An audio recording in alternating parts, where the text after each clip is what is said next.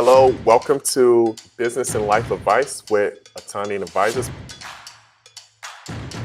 My name is Achumboro Ataande. I'm the CEO of Ataande and Advisors, and I will be the one who will answer your questions. Here, you can ask anything business, How would you recommend I develop these mini experts? leadership, What is the best way to be a female CEO? self-development. Where do you kind of like go to gain those experiences or to find your ideas? I mean, it's something that I really pride myself in being able to kind of pace myself to do while I'm working on the business and just have other roles. I love that we came full circle back to the educational styles. That's amazing. You know your business best, you know your needs best. What is your first question you'd like to ask? Run two companies, uplift communities, and Ataande Advisors, one of which we do government contracting. Ataande Advisors, we do a lot. It's an advertising and branding firm, but I've turned it into a holding company. So I'm doing some investments myself. Earlier this year, I actually accelerated. I didn't plan to invest in Africa for about another year, but a friend pushed me, so I've done two direct investments into startups in Africa. So I'm an angel investor. I'm starting out, I'm learning, but I'm super excited to introduce you to Mr. Cesar Siwale. Phenomenal person. He's the CEO of Pangea Securities. So they've raised over $2 billion in capital, right? And he was the CEO, the Zambian CEO of Renaissance Capital. A little bit more about his background. So he's also on the board of the Lusaka Stock Exchange. They don't just invest in Zambia, they invest in the regions around Zambia as well, so other countries, so we can talk to him more about that. And while there's much more I can say, I do want to give him some time to introduce himself and tell about the frame he wants to talk to us from. Thanks very much for that introduction. I see you've done some work with me, so that's quite an impressive introduction. Thanks very much. We're a boutique financial advisory business. We've been around for 30 years. Started in Zambia, and we now focus on the Southern African region, known as SADC. And so we cover all in 13 to 15 different countries. We have had offices in South Africa for the last four or 5 years, and we're in the process of incorporating an entity in Botswana, and we can talk about Botswana in a little bit more detail later on. I'm very bullish about the part of the world I'm from. It doesn't mean it's a straight line, but there's some amazing things that are happening in our part of the world, and so hopefully I can share that with you. Thank you. And so one of the things I wanted to jump into, many of us are here locally in the US. Some of us have immigrated from Africa. Some of us have never been to Africa. Now, one of the biggest fears when investing, whether in the US or anywhere, is trust, right, and having a network. So since you left Zambia at the age of 4, how did you rebuild your network there, and what are the connections you needed to invest, to get plugged in, etc.?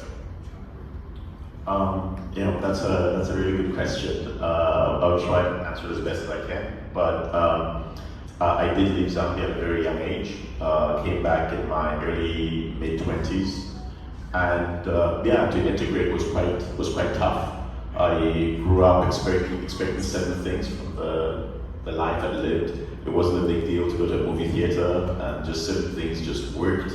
And when I went back home, a lot of those things were not there. I think in part for me where it was easier is that I was deliberate. I wanted to be back in Zambia. I've been away for such a long time. A lot of my education was covered for by the Zambian government, and I felt, with the skills that I acquired, and I probably didn't have those skills at the time because I was relatively young, but I felt this was a good way to give back. And I think in the beginning, my approach was probably one of that I thought I knew what was good for the part of the world that I was coming back to, and what these guys in Zambia are missing out on, and I will show them, and I will deliver these things to uplift the lifestyles there. I think the mistake I made with that approach is I really didn't ask what people on the ground actually wanted. And I think that created some disparities in terms of expectations, where you think you're actually doing something that is great, but it's not what the citizens are asking for. If you were to ask me today from those lessons I've learned, I think there has to be a meeting of minds. And so we try to Zambianize or localize something that we have learned from outside of the country, and how can we integrate it into Zambia. So as just a very simple example, when we opened the Pizza Hut franchises in Zambia, originally Yam would deliver the commercial, the advert for Pizza Hut, which was manufactured in South Africa, and I thought it would fit all on the continent. We refused, so I've learned my lessons by then, and we wanted it localized. And the entity that we went to do the adverts for Pizza Hut in Zambia, they became the leading creator of content for Pizza Hut on the African continent, because they just captured the jargon and the swag, as the young people say, of what was local to that market. So in a long-winded way, I think for me today, I would say more to try and integrate, but also don't lose on your values. Don't accept certain things that you're not gonna know, like timekeeping, or the quality of the product that you put out. So we always strive to meet the standards of the guys across the river here. But all in, it's also then localize that skill set that you learned. Thank you. That was that's something we all need to think about, and it's very interesting how I think many people look at Africa as just one continent and one country, right? Rather than all the 55 plus countries located on our continent. So regarding that, I think I would love to dive into, as an investor, you have to say yes and no. That's not right. You probably say no 10x, 100x more than you say yes. Now, specifically with Pizza Hut versus other franchises, how come you chose Pizza Hut, and did culture and acceptance within Zambia have anything to do with why you chose that over other franchises? Yeah, so you definitely need to select a lot more wisely. And if you were to ask me today, with the decisions we made 10 years ago, would we make the same decisions today? And I say to my Zambian colleagues, that ball is up in the air.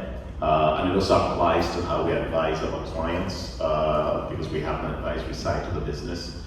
We also selected with which particular clients will look at what sector are they a right fit into the country. And sometimes those are difficult decisions to balance between your own revenue as a business and the quality of investors you're bringing in. Specific to your question on Pizza Hut, an interesting thing that I learned, we were also talking to the guys at McDonald's, and I learned very quickly that in my market, with where we were at the time, Pizza Hut was probably going to be an easier sale because it's something that you can have as a community, right, or as a family. So you can buy a large pizza and you're a family of 3 or 5, you can share that pizza. Whilst, a Big Mac, maybe the fries you can share, but it's a bit awkward with the burger. So those dynamics actually became quite important from a price point perspective. And it was actually interesting when we launched in 2014, we had just done a conference the day before, and it was deliberate. We had Richard Branson and a whole bunch of people in Zambia. We gave them a free taste of the pizza, and of course we got good coverage. It was our conference, but we got good coverage of that. We launched the next day, and that theory was thrown out the window, because you would see a family of 4 or 5 people, the youngest kid being 18 months, 24 months, and everybody was getting a mid-sized pizza. And you could just see guys carrying out these boxes of Pizza Hut at the time when we launched. Ultimately, it did settle where I think, when you look at a family of 5, they were probably doing 2 large or 3 mediums, and those dynamics were quite important. Thank you for sharing that. Now, a question that I have, and when considering investing in Africa, one of the reasons that slowed me down is I'm used to the regulations here in the US, right? And investing a lot of times have to do with capital structures, opportunities, accountability, transparency, etc. So what would you say are the main differences between investing in Africa and investing in the US? I think here you're a lot more institutionalized, and even the VC capital that you get, that's institutionalized. And as much as you have that migration, that journey ultimately to be a listed company, you still operate through a certain level of structure that is accepted as a norm in the environment here. I think the lessons I learned, and there's some investments that we made that were just terrible and I got the wrong partners. But I think the big lesson I learned is that I wasn't going to be deal driven, but I would rather have a business partner that can show up at my house or I go over their house and it's not a big deal, you know, we can break bread together. That became a lot more important for me than partners where the difference of opinion in a board meeting extends to the broader relationship between the two of you. And you find those businesses collapse a lot faster. And then also, unlike here, we are less institutionalized, so everything is quite personal.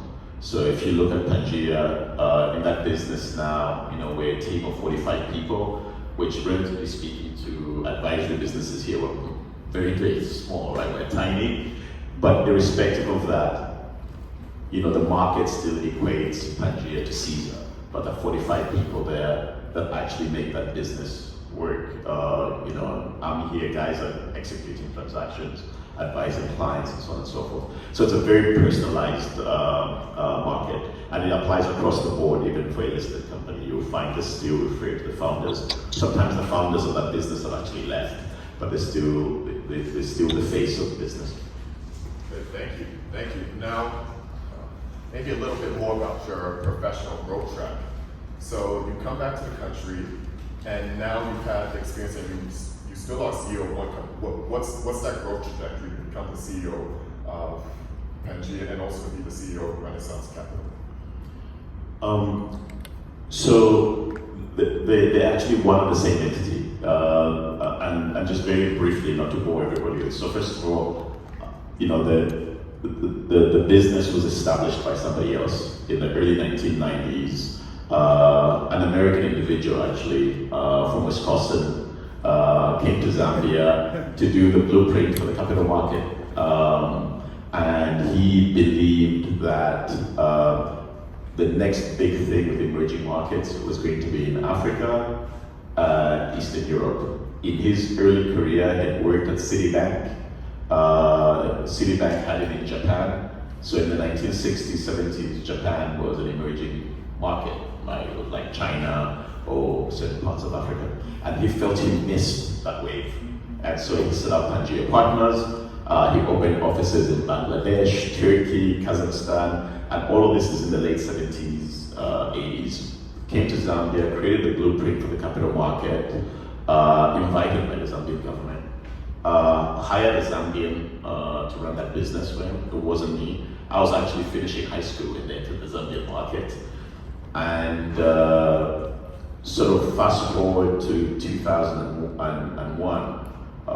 when I got recruited, the Zambian individual unfortunately had passed away. I've never met him. I know his younger brother very, very well. He works for Achumboro between New York and London. But this one individual had actually created the blueprint. He was out in the markets having conversations like this with people, very early days. But in that journey, 2008, I joined in 2001, became CEO in 2004, 2008, Renaissance Capital offered a bid to buy the business. In fact, they offered me a job to move to London and I refused. I said I wanted to be an African. They were recruiting Africans all over the place and they hadn't met one who didn't want to be in Europe and fly into Africa. Everybody was trying to get out and I refused to leave, so they bought the business. So that's how the rent cap angle came in. And I was CEO for Zambia and head of origination for SADC. And you know, I always say all of these journeys sort of adapt down the line in the future might not make sense in that moment. And I think it's one of the best decisions I made, because we wouldn't be doing what we're doing in our business today. Because I've got contacts in Angola, Mozambique, South Africa, Botswana, Namibia, Zimbabwe. I feel very relaxed in the DRC, and in part was because of that journey with Greencap. Thank you. And I think it's quite interesting about your conviction, right? Conviction in Africa. As you said, one of the things we often talk about, at least over the last 5 years, has been the big brain drain, right? Everyone, or many people, to phone Africa and looking elsewhere for opportunities. But we do see certain individuals who are looking more to invest in Africa. Now, what do you think are the opportunities for us or other people? Why should we focus on Africa and put our life savings, or put our spare capital, or put our energy, resources, and talent into Africa? Yeah. So I'll give you my personal perspective on this. The way I look at it, because I have friends obviously who are in the diaspora and who are in Zambia. I think everybody's entitled to have their human experience and achieve that wherever it is that they choose to settle with their family. I think there's an element where a society, and sometimes there's people back home, where somebody in the diaspora is made to feel obligated that you have to invest in your back home, but the infrastructure is not there, from which not there. So I think the starting point is, one should never feel obligated. That's one. But second, if you're going to do it, then you've got to be deliberate about it, right? So you've got to do your homework. You've got to be conscious in terms of what it is that you actually want to do. I think the most difficult bit is where it's a savior approach. I think, and I made this mistake, where someone in the diaspora feels, well, I can save Africa. And sometimes from the diaspora, I've also made African Americans that feel that Africa needs to be saved. But I actually believe Africa doesn't need to be. It needs the investment, and it needs the collaborations, and it needs the transfer of skills. But it's not necessarily a need to be saved. It's not the Africa of the 1980s. And just to put that into context, when I started my career at Pangaea, the GDP per capita for Zambia was $250. That was the GDP per capita. The GDP per capita in the United States is 60,000. Now, in that journey, the number's still low, but we almost hit 2,000. In fact, in 2011, we got to 2,000, which is a tenfold increase in a 10-year period. I started my career in 2001. I saw the difference. I saw it in the Pizza Huts, the movie theaters, the Richard Bransons flying into Zambia, and a whole bunch of other guys that were showing up. What is happening with the mining sector, value add to agri, telecoms, but it's still a tiny economy. And so I measure the growth. And then also it's not a smooth road, it's a bumpy road, so you plan for that. So if you look at the GDP per capita today, it's sitting at 1,200. Still a significant increase from when I started my career, but I also do believe that we lost a 10-year period. I feel where we are and a number of other countries in the region, that growth is coming, and I think it's going to be faster than the last 10 years that we saw. A few wrinkles here and there that need to be dealt with from my perspective, but that growth story is still there. So it's hard to reconcile it and make it general if you're accustomed to a certain way and you don't want to see it through completely by either being on the ground or are you investing through just by buying government paper? But then the question of how much value are you really adding? Are you just chasing a financial return then? Or are you prepared to place capital into an investment vehicle that can then be managed and deployed for you? And if that's the case, then engage and meet with the people that are going to manage your capital. And is that vehicle regulated, or is it just buddies coming together? Thank you for sharing that. I think that's a key thing that we should circle in on. Not that we don't need to be the savior of Africa, that Africa is doing well and it's not the same place as it was 10, 20, 30 years ago. Now, one of the things that you touched upon was the cinema, and I wanted to highlight this and also ask you about this. So you were instrumental in bringing digital cinema to Zambia, right? And behind that, a lot of times, so I travel a bit, and one of the things I notice in other countries is if you're there and you want to see a movie, you usually have to wait 1 week, 2 weeks, sometimes 1 month, 2 months. But in Zambia, you can see almost even before sometimes it's released, Hollywood blockbusters are released in Zambia. Can you talk more about that and also educate us on the infrastructure or the landscape of Zambia and other South African countries so we can actually understand what's going on and not have these images that the media has built for us? So just specific to the cinemas, I'll tell you what was the biggest challenge, and I'll tell you the things I look at and I'm in awe today. So one, you know, and I have it here as one of my plus points, leapfrogging, right? And we say African leapfrog, and it sounds great, etc. The unfortunate thing is we don't manufacture or create that technology. And because of the issues of trust and fear of the continent, you typically find that we don't necessarily get the same rebates or terms as somebody in the West, right? So I was being told an iPhone here, for example, is not a big deal because they just give it to you at T-Mobile. Of course, you're on a plan, but they just give it to you at T-Mobile. Whilst for us, you pay a premium for an old phone, right? For an earlier version. And you paid cash up front. And it was the same in the cinemas, the projectors and all the digital 3D, etc. That came at a very big expense. The second thing we saw is as much as we were showing product sometimes before it's been released in the US, because we're 7 hours ahead, from an affordability perspective, a movie here is what, $20, $15? I would battle to get $2.50 per ticket. So that was a very interesting challenge to try and overcome. And we compensated that obviously with the popcorn and the other concessionaries. The upside is how we saw the arts change. We just saw young people creating talent. Some never had a stage before. And there is a show that is on Netflix now. When I checked a couple days ago, it's a top 7, I think, in the US. It's called Can They See Us? And it's the stigma around being albino. And Kenny, the guy who produced that movie, he used to do all the branding and advertising and commercials for us to show onto the cinemas, and he's got a whole bunch of product that's lined up for him. He's done content for MTV or MTV Base as we call it. And Kenny today is 34, 35 years old, and the journey he's just taken is absolutely remarkable. And he was given a stage. And there are 1 or 2 other individuals that have done relatively well for themselves at the BAFTA Awards. They won awards here for some of their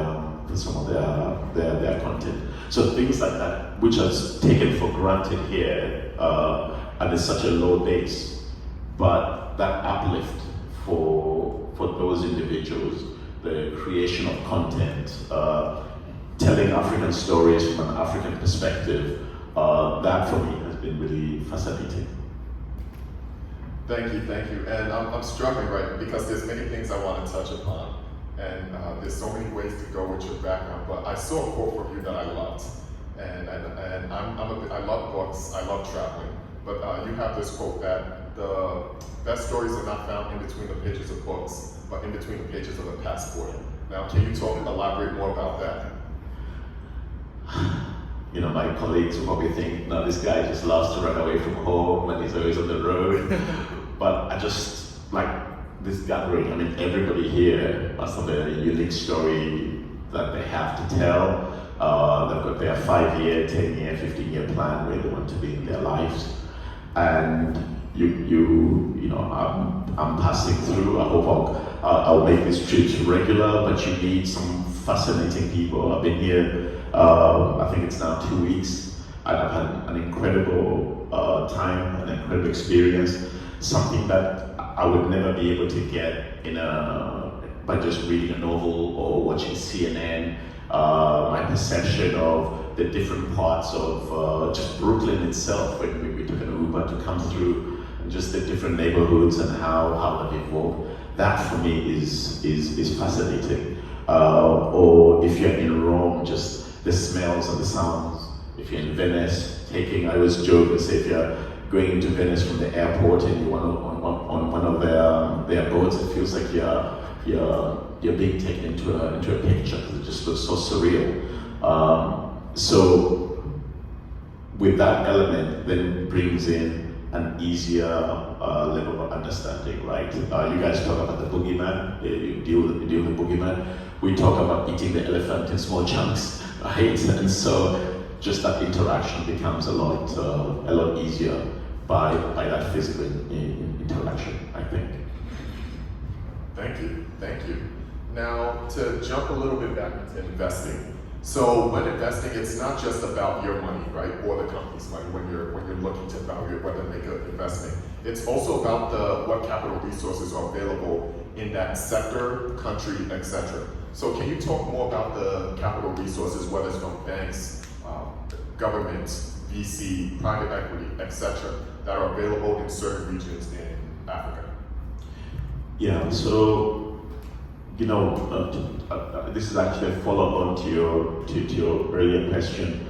I was always deliberate that if we're going to win the trust of people that we engage with for capital for our clients or even our own businesses, then we must go and meet them in their backyards and not just the conferences. Like you make an effort, you show up in New York, London, Johannesburg, Cape Town, Dubai, wherever it may be. And I think that has made us stand up apart from some of our colleagues in Zambia that try and provide similar services, maybe even the whole SADC region itself, because most folks will feel, well, to fly to Dubai, they're gonna tell me no anyway, or it's just so alien to me, and they don't put in the work. And my approach is always been different, that you're gonna engage at those levels. Over the last few years, what I've seen is that another problem for us in Africa is that our mobilization of our own savings are not that great. And so what we've tried to do is see how do we engage more on a regional basis to help deploy that capital in a more meaningful manner. So if you look at Botswana, for example, they are a country of 2 million people. They have got $22 billion in savings, which again, with the level of savings that are in this country, that's probably tiny, but on a per capita basis, it's one of the most impressive that you've got in the region. I'd say maybe even on a global stage. The challenge they have is they don't have assets because it's a small population. We joke there's more capital in Botswana than people. There are more diamonds in Botswana than the people. And so the challenge there they have is how do we find vehicles and avenues to invest in the region? And who are those people that we can work with and trust?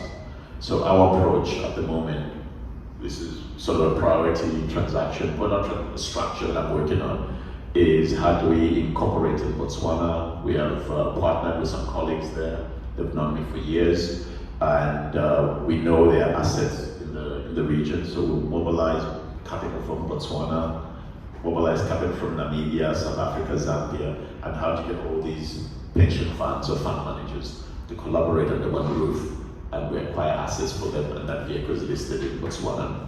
And then also then open it up, because it's tradable, open it up to private citizens. So basically a permanent capital vehicle, which if you look at Buffett and others, that's what they have in this part of the world. For us, it doesn't exist, but the capital is there. The custodians of the capital say they don't know what to do with it.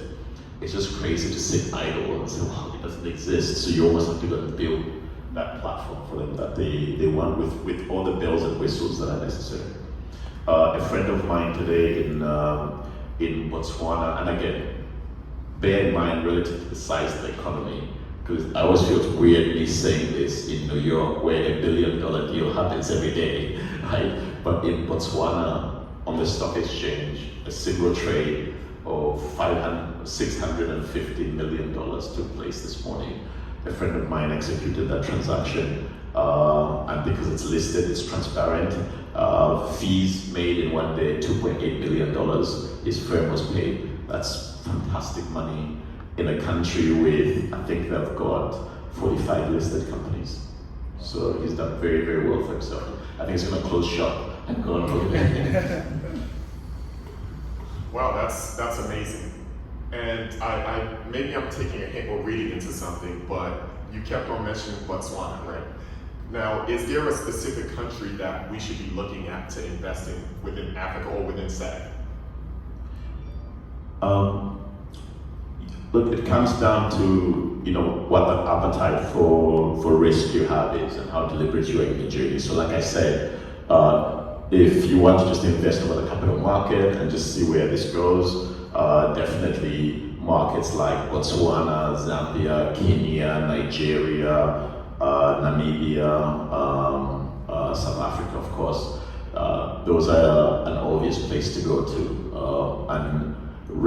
And I've been in the Zambian market for over 20 years now. I've never had a failed settlement. I've never been in a situation where a country made the funds out of country. A few other countries have, but specific to Zambia and a couple of others, no region, that's never been a problem.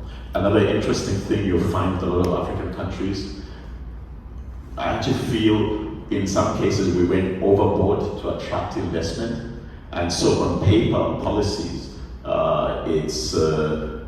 they're very liberalized economies, but maybe not marketed well. So for example, Zambia and a couple of the other countries I've mentioned, we don't have exchange controls, which means you can bring in $1, buy your shares. If your dollar translates to $100, you can transfer the money out of the country anywhere in the world you want. And the stock exchange in a number of these markets don't have any capital gains tax. So basically that money leaves the country tax-free. Now, thank you. I think remittances and being able to exit country financially is most important, so thank you for highlighting that. One of the things that, and thank you also for dealing with my compound questions, but I do have one more compound question for you. So you've done investments both with Africa-originated businesses, so typical companies founded by African founders or people who are in Africa founded the business. And you've also done business with foreign firms. Is there pros and cons to either, and what should somebody look into when evaluating from that lens? Then the second follow-up to this question is, you've invested in directly in, I would say, franchises versus other types of businesses. Or would you say you favor franchises over another, or no?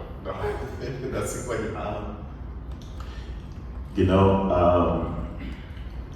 I think the franchise model, it's the lazy play, and of course all the infrastructure has been built for you.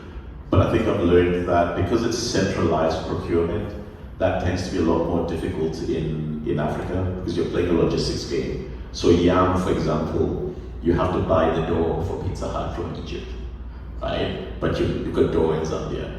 But I understand from their perspective that if something went wrong in Zambia because of the dough from wherever I went and bought it, the headlines on the Wall Street Journal or whatever, you know what that's going to look like, right?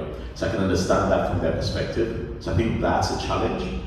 But I'm also in that frame of mind that there is enough to build African brands. Only a few countries have done that well. Of course, South Africa was on a completely different level. In fact, with the Pizza Hut, our main competitor was a brand called De Beer. I'm gonna need help here. De Beers, correct.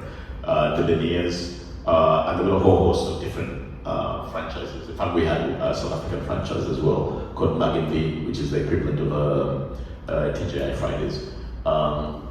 But further afield, the only other place I can think of is Kenya.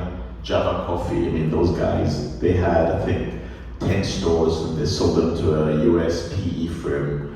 They made crazy money, and then the PE continued to expand that business in the East African bloc, but that was started by some local guys.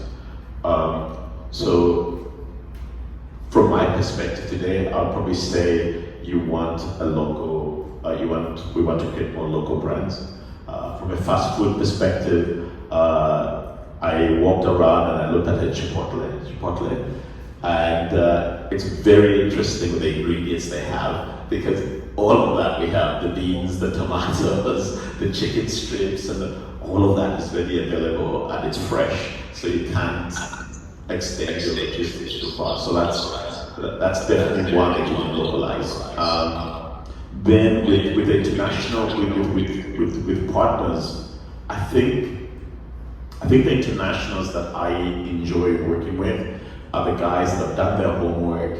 They want to be in that part of Africa, so I don't have to go through a prolonged exercise of educating the difference between Zambia, Zimbabwe, we're only two countries with a Z and we're interchangeable. Or, I'll get, oh yeah, you're from Zambia, I visited Ghana last year in December, that kind of thing. That's a little bit more difficult to deal with.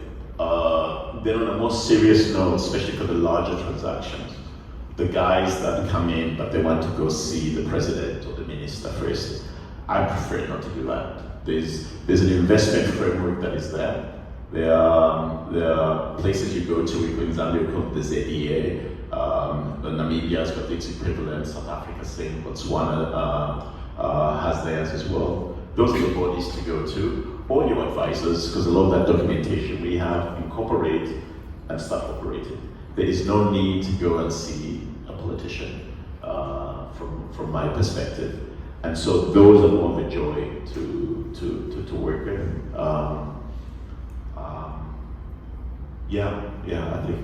I think those are the ones I enjoy working with. So. Thank you. And actually, I'm going to have to ask for you to forgive us. I do have one more compound question to ask you.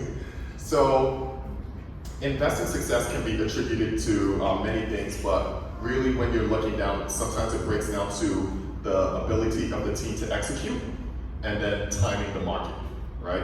So, in that regards, what would you say are the best industries, countries, etc. to invest in Africa in the next 10 years from your perspective? And then also the second part of that, what would you say in 25 years' time?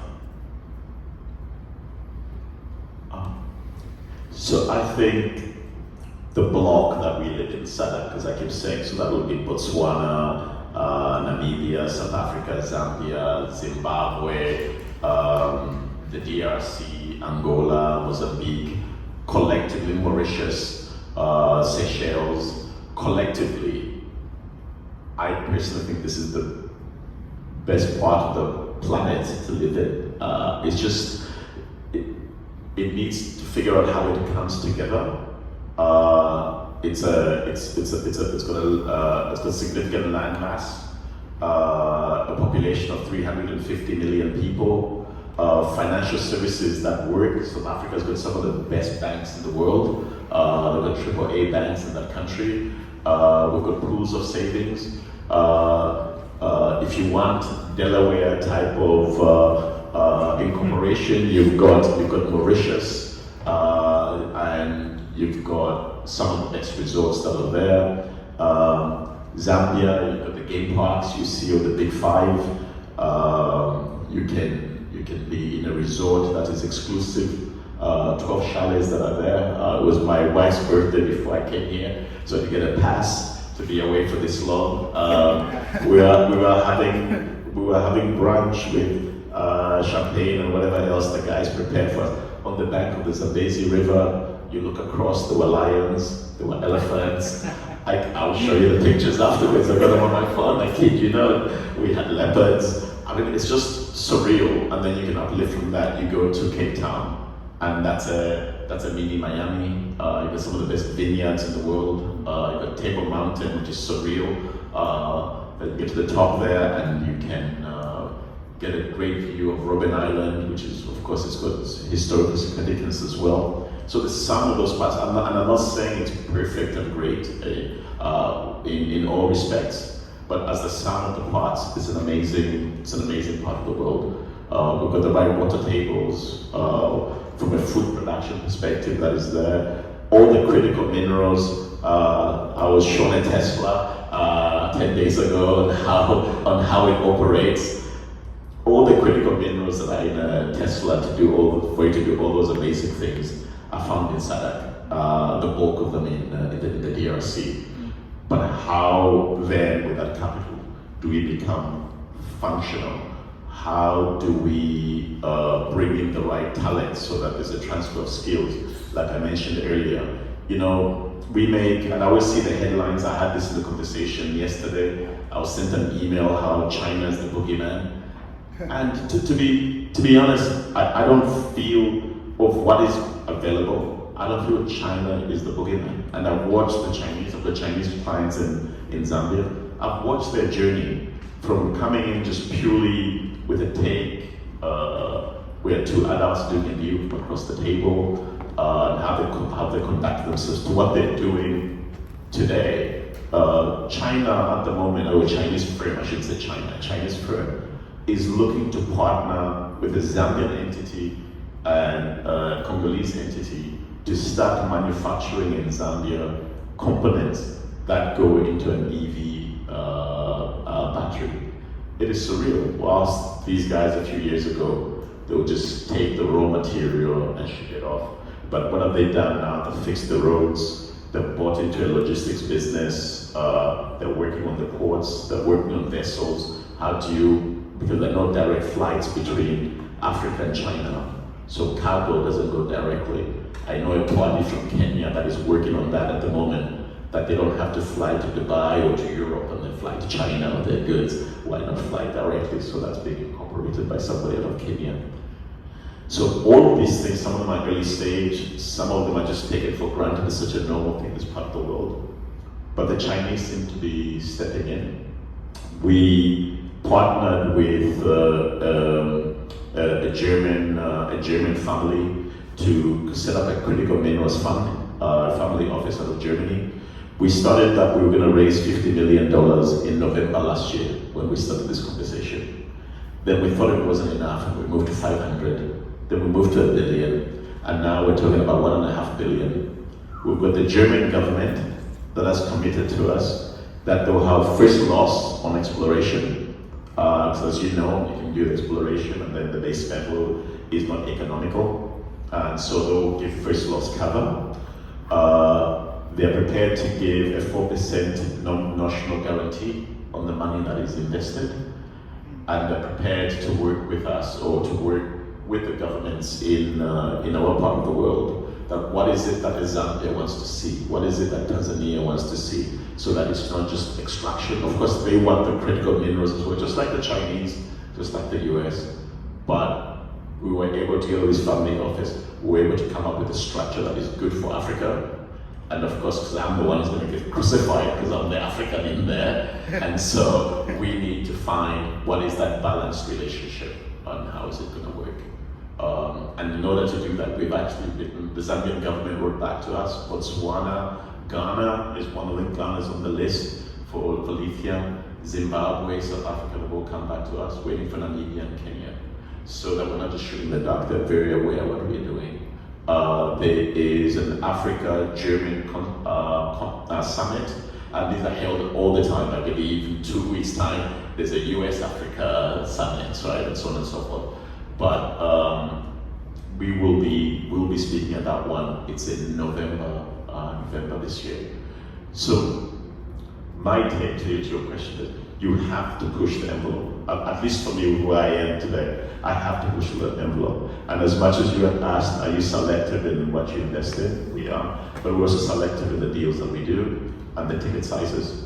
I used to get excited when I started at Pangea, when doing a $1 million IPO. Rate to the size of our market, we don't do deals that are less than 10. Our sweet spot is probably about $30, $50 million. It was unheard of 20 years ago. The gentleman, Eric Postel, who hired me, he's in Wisconsin here, he shakes his head when I tell him that these are the deals that are being done, because it was nowhere close to what they were doing 20, 30 years ago when they were starting up. Wow, that's impressive. From 50 million to looking at 1.5 billion. Let's get it in the bank. So I would love to, if you don't mind, I would love to take the time before we get into Q&A for you to walk us through your firm's thesis, some of the industries you invest in, and also some of the transactions you've done. So I would love if you don't mind sharing more about that before we walk into Q&A. No problem. So I think, for us, we know when a client comes through to our offices, we know what they need, right? There's in some form they're looking to raise capital, whether it's to set up their business, whether it's for expansion purposes or whatever it might be. So typically what we are a lot more obsessed about is that we know the destination, but how do we get there, right? Because you could raise the money, but you all arrived rugged, right? And the client doesn't want to talk to you at all. They pay your fees, or even to get your fees might be a fight because just the due process, how you conducted yourselves. And again, this might be something that's for granted here, because typically, if you're with a bank, you just pull that information down and it's sort of plug and play, so to speak. Whilst we've had to create those systems, we've obviously taken what is best in class from the Americans that owned the business before to the Renaissance Capital guys. And those of you who don't know, Renaissance Capital is a Russian investment bank, right? So my journey went from being hired by an American firm, ending up working for a Russian investment bank, and then in 2012 buying them out. And so that business is wholly owned by Zambians with me as the majority shareholder. But can we just get a hand clap for that?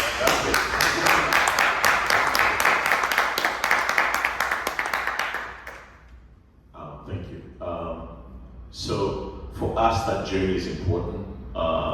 Taking the client through the processes, really from an investment banking perspective, you have your traditional regular updates. We know who we're going to place that particular stock or request for funding with. So typically I have a 30-40% sense of who we're going to place. We're not always successful. Some of the DFIs are very difficult to deal with, or they're very slow. I work a lot with the DFC here. They're not the fastest. We have raised some money from them when they were OPIC before, but they're not the fastest guys that are there.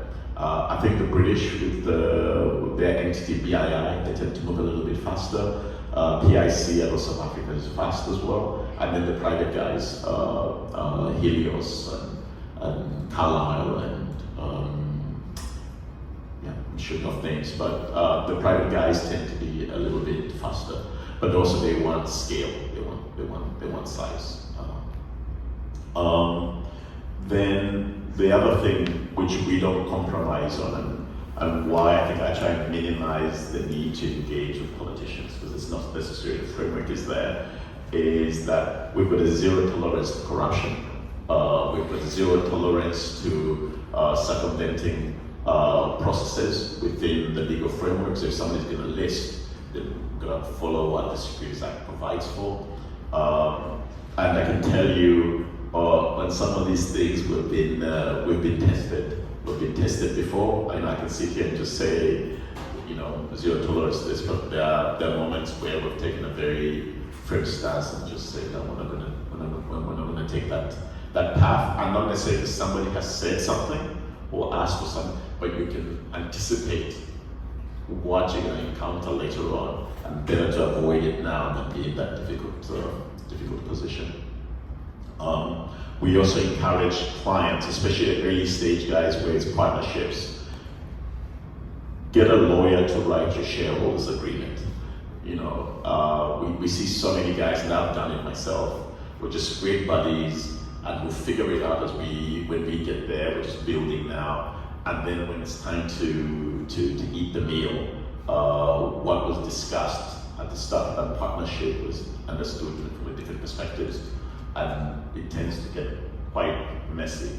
And so again, I'm very particular about this perception that is out there that Africans or Black people can't work in a partnership together well, because as soon as there's cash on the table, guys want to move the goalposts, but usually I think it's the guiding principles were not properly formulated at the beginning. I found that is usually the challenge. Then lastly, I've got one friend who works for for the development bank of Southern Africa, and he always says to me, for these things to work well, have fun even with your clients. And you find out with clients that are not rigid, especially ones that we hold close to our chest. These are guys that become personal friends of mine. We work very well together. We party at their houses, they party at my house.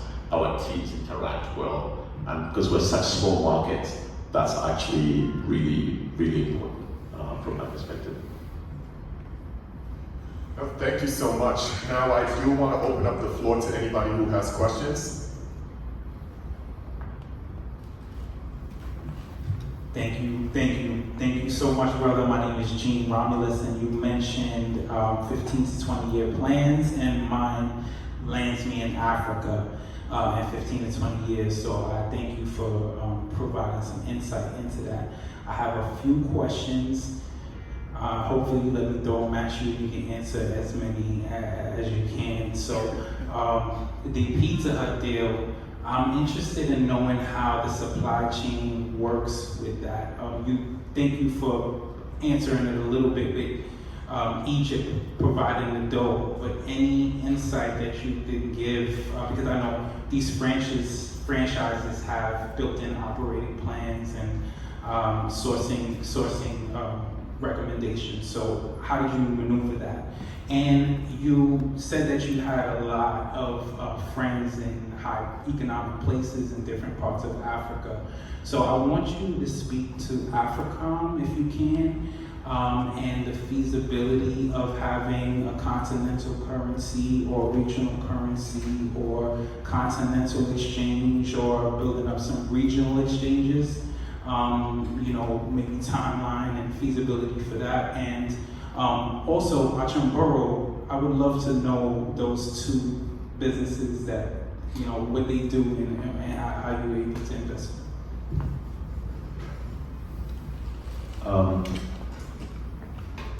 The supply chain function with Pizza Hut, what Yam ultimately did is they centralized that function for Southern Africa within the South African market. Because it's sophisticated enough that it's got the infrastructure in place, the logistics were easy where they could bring in the product from Egypt or wherever else that they would source from and centralize it in South Africa. I think still a challenge for the brand, but all of us within Southern Africa, we then procured from South Africa. So we had three markets. We had Zambia, Zimbabwe, and Mozambique. Those were the three geographies we had. But it's spot on. If there's a lesson that I learned, and I had two franchises, is that you're not running a fast food business, put it that way. You're running a logistics company. That was always that was the lesson that I think I learned. In relation to the currency, there's a lot of talk about whether it's an African currency or BRICS or just something to replace the US dollar. We've had a few debates with a few colleagues that I have. I personally, maybe I'm wrong, but I personally do not believe the US dollar is going to be replaced anytime soon. I think it's 20 years. Somebody asked me in 50 years, I was like, I don't think it's going to happen. I could be wrong, I don't have a crystal ball, but I think over the years, the level of trust and the systems that have been built around the currency is just very difficult to replicate and replace. I was a member of the 2018 BRICS they called it the Financial Services Working Group, and I sat in the committee to deal with the switch, to deal with insurance, and to deal with the NDB, the National Development Bank, which is the BRICS Bank. I sat in those working groups, and there were 5 countries. They couldn't agree which currency would be the stabilizer if they switched to, if they created their own switch. I know those conversations have evolved since then. I wasn't a member of this current group, but the 2018 one, the inaugural one I was. I'm just not convinced that will happen. I think what we will see is that countries will start to trust that they don't have to go into the dollar to transact with each other. That's not necessarily creating a single currency. So, for example, for the way we would operate, if we needed to buy the inputs for Pizza Hut, I would take the kwacha, which is the Zambia currency. I would go to the bank, they would convert it into dollars, and then they would convert it into rand. And so you get hit twice on the conversion, right? I think what's going to happen now is, and this is going to take time in itself, is going to be a straight swap, where from the kwacha you can go straight to the rand. You see it on the board, it shows, but even the conversion that's there on the board, it's got a dollar element in it if you do the computation. And the largest development bank in Africa is called Afri-Exim Bank. It's owned by various member states, and there's also, I think, of the Europeans and the Japanese and the Americans in there as shareholders or as funders. But one of Afri-Exim Bank's mission is to see the removal of going into the dollar if you're transacting in Africa, and then going into the currency that you're procuring from. So I think there will be a straight switch. Well, not I think. That event is being promoted by Afri-Exim Bank. So if you Google up Afri-Exim Bank and trading in Africa, I'm sure you'll come across the initiatives that are being put forward. And then your last question on the exchanges. There's been a lot of talk from the time I joined. There's always been a lot of talk about having an African or regional exchange, but it's just never been implemented. I can't give you an answer why not, but it's never happened.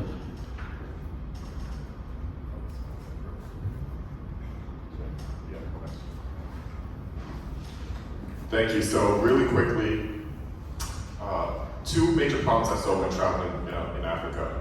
One was just people movement, right? There's not as much infrastructure in terms of taxis to buses to trains.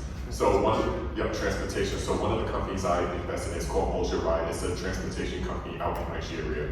And they're not just doing the transportation, they're also doing the payment. Because we think MetroCard, we can swipe everywhere. There's different payment systems for everything. The second issue I saw on the eastern side, but more the tourism side, is around the tour operators are not actually getting paid much. So you may be charged $2,000, $3,000, $4,000, $5,000 for safari, but the people actually running the safari is making $200, maybe $500, right? So the other company, Trapeza, that's what they're trying to bring the safari operators online, the locals.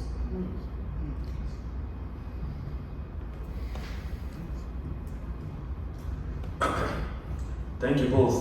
This conversation has been amazing.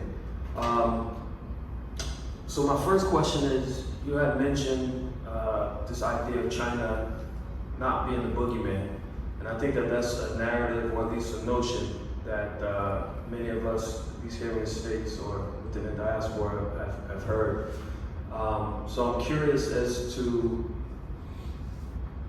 well, you mentioned that, I guess the business that you've done or the partnerships that you've engaged in in your Chinese transactions have been favorable.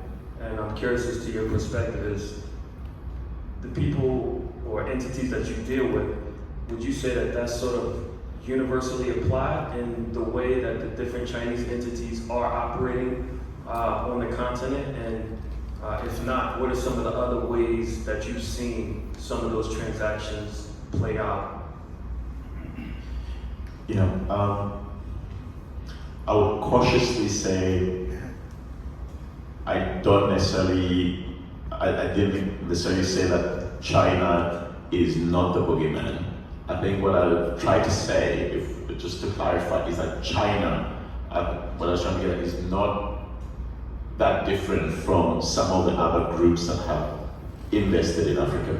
But what we do is we look at China collectively as a single unit and say these are the bad guys and the way they invest in Africa is bad. And then I think when it comes to the West, we look at that and say, well, actually, it's just this one company. It's just these guys and the bad guys. But we don't look at the West collectively. And so I think for me, that is the myth I've always sort of tried to address. And to be honest with you, as a black man, I'm subjected to that as well. I'm always very aware with what we do for a living, that we behave, people trust their money with us, and we deliver in the manner that I've described. If we have failed, we put our hands up and say we thought we could pull it off and we just couldn't close this deal. Here are the reasons why. So that my action, I'm not imposed on another African guy who lives in Uganda, right, who we've never met. And so maybe that's why I'm just very aware of that, even in relation to China. So I can give you an example, and it's a space I don't understand fully, but just the headline that I saw today. The procurement of uranium from, I think it was Niger. A report has come out, it's in the Financial Times in the UK, I think that was the platform it came out on. And France was paying Niger 80 cents per kilo of uranium. The price of uranium today is $200, right? And so, but we've been so conditioned that we'll gloss over that. It won't stick the same way if I say to you, hey, can you imagine those Chinese were paying the whatever country the X amount for this product when it's actually worth tenfold. And we also don't blink or as to think, well, is this normal? And I give you an example with my country, with the copper. We don't set the copper prices. You go to the LME. But we've been so conditioned that, yeah, that is okay. So the resource, which of course was privatized and sold to third parties, but there are other African countries that are shareholders in those assets. Take Botswana, for example, their diamond mines, right? But we don't set the price. The Middle East, with their oil, as part of OPEC, they set the price, right? OPEC, I think it is, right? They set the price for oil, and we don't set the price for copper. Niger, even worse, they got really a raw deal, but they were getting 80 cents instead of $200, according to the FT, which is sort of a credible source. So that's just a bit I should clarify, because we've had terrible cases with the Chinese in Zambia and some of their conduct, and we operate in other African countries. So I'm not definitely making them to be saints, but they're not necessarily fundamentally that different, or some of the things are worse, where here maybe, you know, an American company does something, there's a platform you can go to, but there are others that do things and you sort of let it slide, and we see that happen as well. The real question for me should be, what do the Africans want? If the extraction for that copper and are from you're the custodian of the land, why aren't you dictating better terms for yourself? So it fits as a country, it fits your 5, 10, 15-year plan. And I think that for me is a lot more critical than the type of people, because then you can weed them out. I remember when I returned back to Zambia, it just used to shock me, because every entity from the West had some kind of, and I'm going to digress here, but some kind of HIV program, right? And so having lived in this part of the world, I said, geez, it's like McDonald's. There's an HIV center on every block, right? Because that was McDonald's theory, that there should be McDonald's. And they all compete with each other, you know, and we used to so show up with the Entana vehicle, which should be to go to the bush, but they're all in the cities, pushing up prices of the suburbs, which the citizen can't afford because we want to give it to the expatriates. So the dynamics for me a lot deeper than just to say, hey, that Chinese guy, he's the bad guy. And like you rightly called out, we have Chinese clients that are subjected to the same criteria as others, and they have behaved, and we've executed the transactions with mutual respect, and they've actually done amazing things in my country, and how they've transformed that landscape. And also, these are guys who are prepared to put the peg into the ground. Just to belabor this point a little bit further, I think also the media exaggerates the extent of that Chinese presence. So if you look at Zambia's mining sector, it's dominated by Australian unlisted companies. But when you look at the headlines, it says, oh, they're all Chinese, but it's not true. Yes, the Chinese have come later, and they've bought explorations that somebody else has done, but they definitely don't dominate the mining sector in Zambia. The three biggest operators in mining in Zambia are Barra Gold, which is a Canadian company, FQM, which is a Canadian company, used to be Glencore, but we'll see what happens there. And then more recently, a company called, well, they left and then have come back, a company called Vedanta out of India. Top 5, none of them are Chinese. But they are Chinese guys who are mining, but on a much smaller scale. But they get more their attention with the media because it's a better story. All right, I'm here. You're a breath of fresh air. Serious. So, Bulashani, I've been on the ground in Zambia. Oh, Bulashani, I've been on the ground in Zambia for like 5 years in the mining sector. One of the biggest hurdles I've been dealing with is financing, and dealing with financing with logistics and a lot of trust issues around money, and especially getting financing on this side, and you're doing projects in Africa, and nobody can trace the money, or they feel like or you're running a scam of some sort, so that's a big, I guess, barrier. And so knowing that somebody that's on the ground understands financing, understands like the issues at hand, like what do you think is the best way of going out, getting bridge funding or stuff like that to continue operations, so you can really prove our performance while we're on the ground, because if it's not out of your pocket, it's like people turn their head, and then it gets dark. What sector are you in? Mining? Mining, yeah, copper. You're doing copper? Yeah. Exploration or? Well, I started. Right now, I'm focused on trading. I started a artisanal, trying to get on the ground, working on the ground, stuff like that. And I was actually selling to the Chinese that had the processing there. Yeah. And I saw that how they were,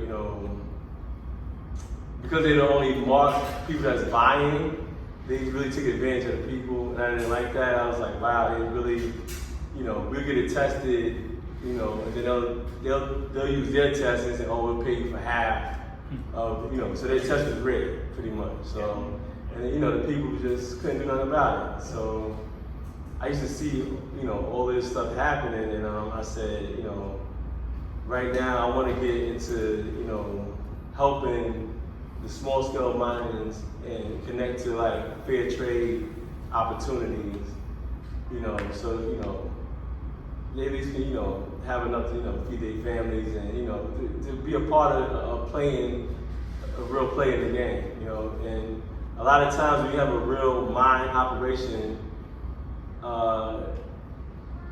from what I've seen, is that a lot of people look for the bigger companies, the Transfigurers, the Vendettas, the Glencores, to sell directly to. So it cuts out a lot of middle opportunity, there's no brokers, there's no traders getting, involved in the trade opportunities that's there. So I was wondering, like, one of the things I've looked at is where, if there was any bridge funding available for companies, because I'm registered in Zambia.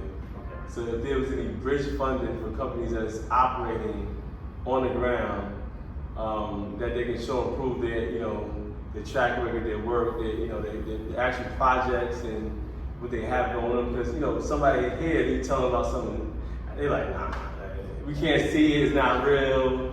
And it's like you coming up with, a story. So it's like, I feel like people from Zambia, somebody that's there, they understand, all of the barriers and the hurdles that you're dealing with. And, if you got a real contract and an instrument, propose like a letter of credit from a legitimate bank and stuff like that, they're more likely, to back you, to make sure that these transactions go through. So we have one guy or one family in Zambia that gap that you've described. And as a general statement, I think the state needs to do more for the artisan miners. Yeah. You see it with the Zimbabweans. I think, when I watched that Al Jazeera documentary, I was shocked that those artisan miners in Zimbabwe were getting paid in dollars, right? So in their neighborhoods, they live a high life. So we definitely need, Zambia specifically needs to do more for the artisan miners. I think it's got a massive role to play in increasing the production of copper. But specific to your question, there's actually one guy in Zambia that saw that gap that you just described, where some of the artisan miners were not getting full value. So he put up his own smelter, he's got his own small little mine. So he buys actually quite a lot of product from the artisan miners. A guy by the name of Michel Krupnik, his only name I've given here because I know him well enough, I can say. Michel Krupnik is the owner of the Mikma stores, the hardware stores, Greek Zambian guy. He buys. Is he on the copper belt? His plant is on the copper belt, yeah. And so that's somebody they can connect you to. There's also a group out of Dubai that's trying to come into the Zambian market that buys, but they don't want to buy the concentrate. They want to buy the processed stuff, and they'll uplift it from you. So just off the top of my head, those are the two entities that would come to mind. And I know Michel keeps expanding his plant. So in terms of capital or just buying the goods? He buys the copper concentrate and he processes it. So he buys the concentrate of you. In the interest of time, gentlemen, we have time for 3 more questions. These are the final 3 questions. Okay, so you talked about not feeling like you're safe in Africa. How do you not fall in the mindset of just looking to extract,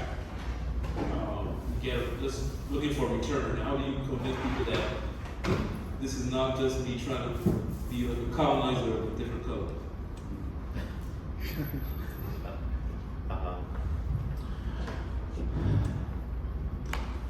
It's a really loaded question.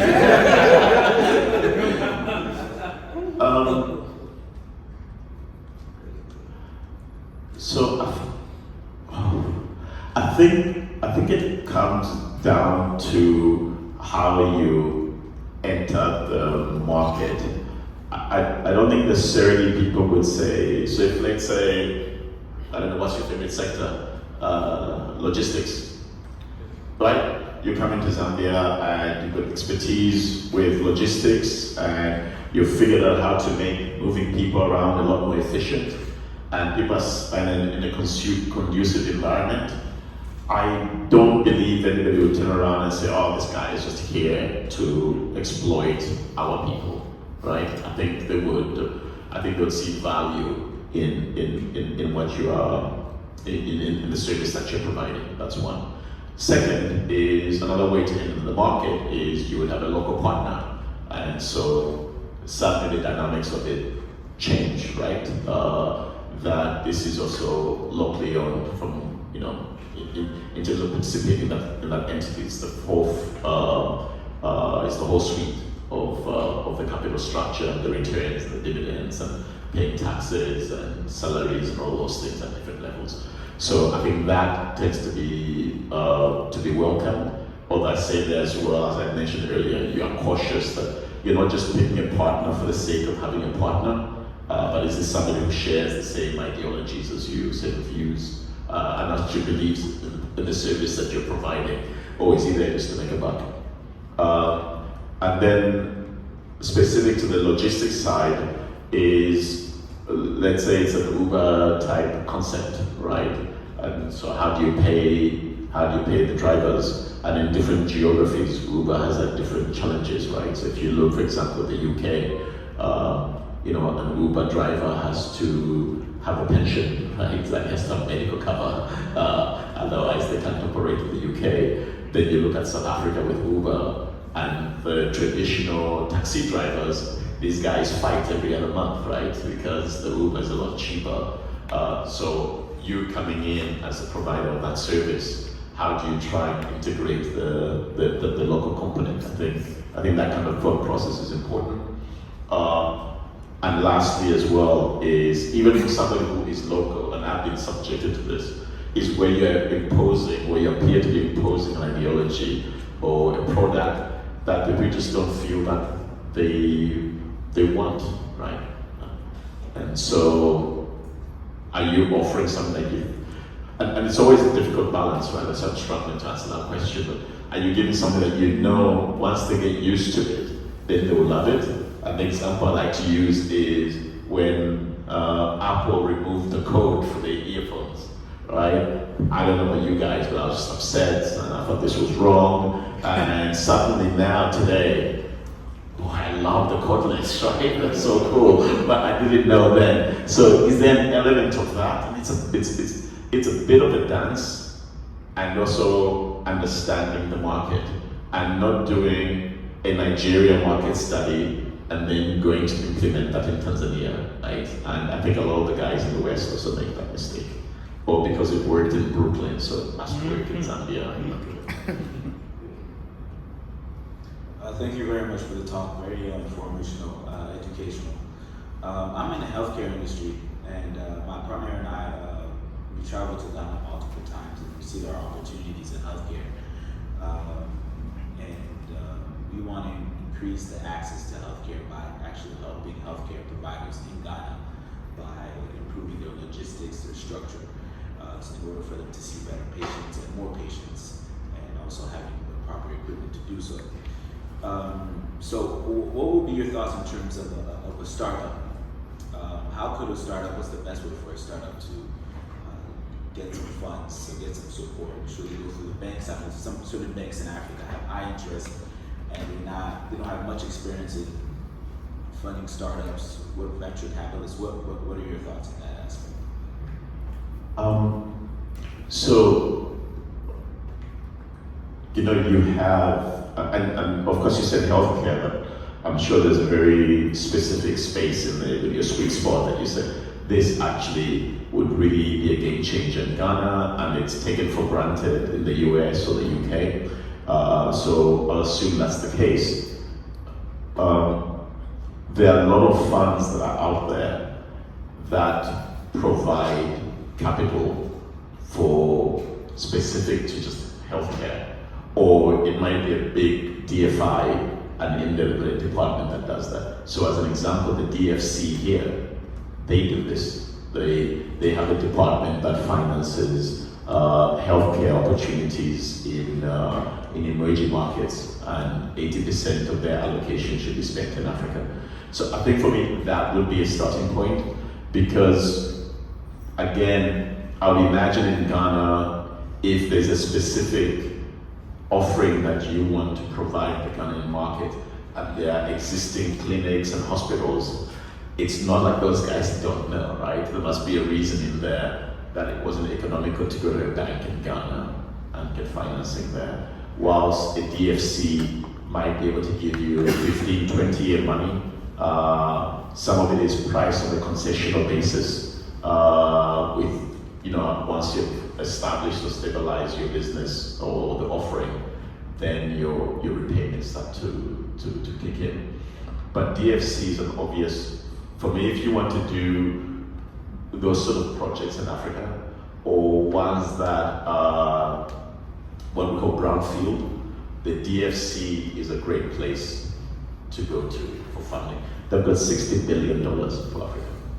That's the allocation of capital there, and it was set up by the Trump administration to counter the China influence in Africa. And then when you had change of administration, it hasn't really moved. It's very, very slow. But yeah, the allocation, $60 billion to finance opportunities in Africa across all sectors. There's one guy, Alistair Transportation in Zambia. He's got a fleet of, I think he's bringing in 2,000 trucks for Tanzania, Mozambique, Zambia, to move copper and to move coal and fertilizer, all funded by the US government at a pricing of like 3-4%.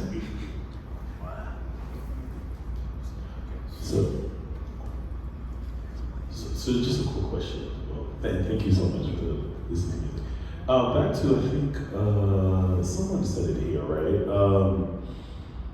Regarding just the opportunities in Africa, right? So, can it be as simple, and nothing is so simple, right? But if I were to look to see what works in America, right? And they say that, you know, certain countries are just a bit less advanced. So can we say, okay, so Uber works in America. Can Achumboro and I start Juber, right? You know, well, I mean, Uber will sue us, right? But you know what I mean? Meaning, like, can we look to see, okay, ride shares work here? And I was listening to Achumboro when he was saying how, you know, just people transport is a challenge. Can we now look to say, okay, so ride shares work here. Why don't we just do that in Tanzania or so, right? Or just using that as an example of just seeing, hey, what works here, and Africa in certain countries are just not as well advanced. Can we just rinse and repeat there without getting super clear? Sorry?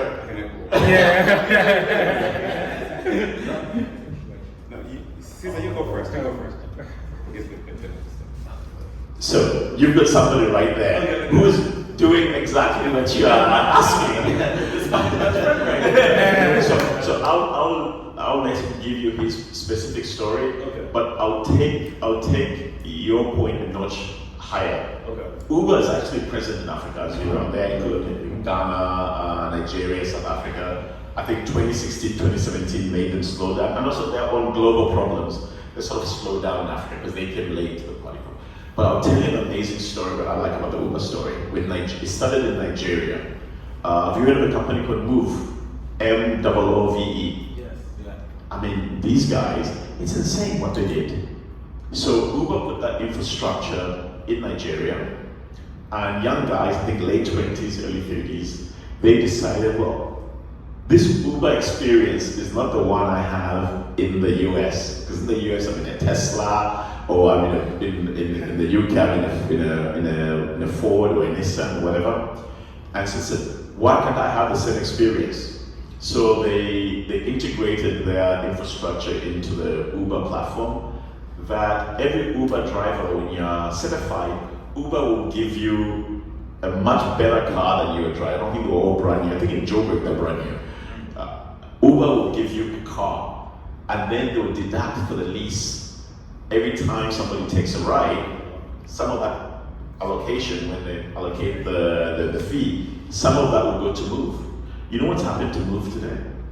They do this in Kenya, South Africa, Tanzania, and then Uber really loves the guys. So of course in the US, because we're going green, you want all the Ubers to be EVs. So guess who's doing this in the US? It's these guys.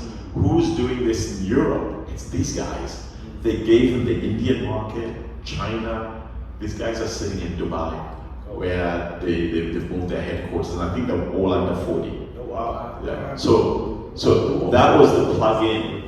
That was the plug-in. Just by Uber being present and somebody saying, this is not I don't know if they were diaspora, I don't know if they were based somewhere else, but they just looked back home as, this is not the experience that I have.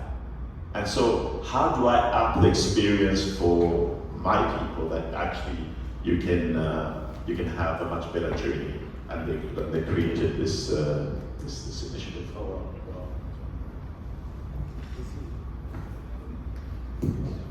Actually, Cesar answered the question. So, we launched in rideshare in Zambia back in 2015. And I mean, I've been out of Zambia since 1991, so I was so excited. I've been in New York, so like this is going to work. We went there we bought some vehicles, put them in there. I was stationed in Zambia for 8 months. Well, it worked, but it didn't succeed. I think you need to be there, you need to understand the local market, you need to customize it. I mean, I think take the concept, but customize it. So we pulled out in 2017. We're going back last year, since 10 years later, we spent 10 years to actually understand the market. With people who are there, we've been going back and forth so that we can actually launch, creating in mind the local needs, expectations, as well as the local market. Yeah, so one of the things that we've done actually, when I went back, I was told like, go and kill it and make the money. But I think I'm going to do it wise. So what we've done, we've changed the model. What we've done is like, I mean, like Cesar, there are a lot of people that like brought me up, that contributed to where I am, who are total strangers. So what I've decided is that, we're going to make the money. And for me, I go on forever. So for me, the so-called philanthropy, I think is flawed. Philanthropy should be, as you work, pay your workers as much as you can. So what I've decided is that, in this new model, we've created a cooperative. The cooperative actually has shares in the company. So as drivers work, they actually earn their equity, which, whether they continue working or not, we share the profit as we go along. It's not after accumulate the money. So we've got to change the model. We're actually not going there to extract. I'm talking like, how can you make money as well as share with the workers as we go along? This will be the final question. Final question. Take us home, Brett. Hello, how you doing? Thank you for the time you shared with us today. I frequently travel back and forth to Ghana quite a bit. Parents are Ghanaian. I have a dual citizenship, and I'm in real estate. I'm in the mortgage industry. And what I discovered is that a lot of the diaspora has a hard time accessing capital to purchase homes. So what I've created, or am still in the midst of creating, is a fund that will allow me to issue loans to those in the diaspora so they can go acquire property in the area they want to purchase it. Does Zambia have access, or are they given access to diasporans to purchase property and acquire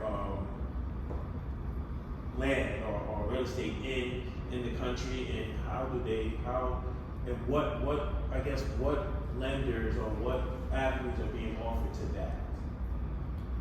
Yeah, it's probably out of my pay grade question, but what I can say is, so I leave for Atlanta tomorrow. There is actually a Zambia Diaspora Conference Thursday, Friday, and Saturday, I think. And there are actually banks that are showing up at that event to meet with the Zambians in the diaspora that might want to consider buying a property in Zambia, and that ranges from land all the way through to a finished house. And if there's anyone of my Zambian colleagues here that want to chip into that, they can feel free. I don't know the details of how that functions. One thing I have noticed, though, still with the diaspora is, if those that choose, especially if you're buying land and you want to build, then have a network with you that actually, when you've borrowed money and you're building, there's somebody who's checking actually, not just the quality of the work, but that, if you bought 1,000 bricks, you bought 1,000 bricks. So somebody like trustworthy needs to be in charge of that. And many guys don't use sort of incorporated entities, right? Use family and friends, and I've seen over the years that's been quite complicated for a number of people. Okay, so round of applause again.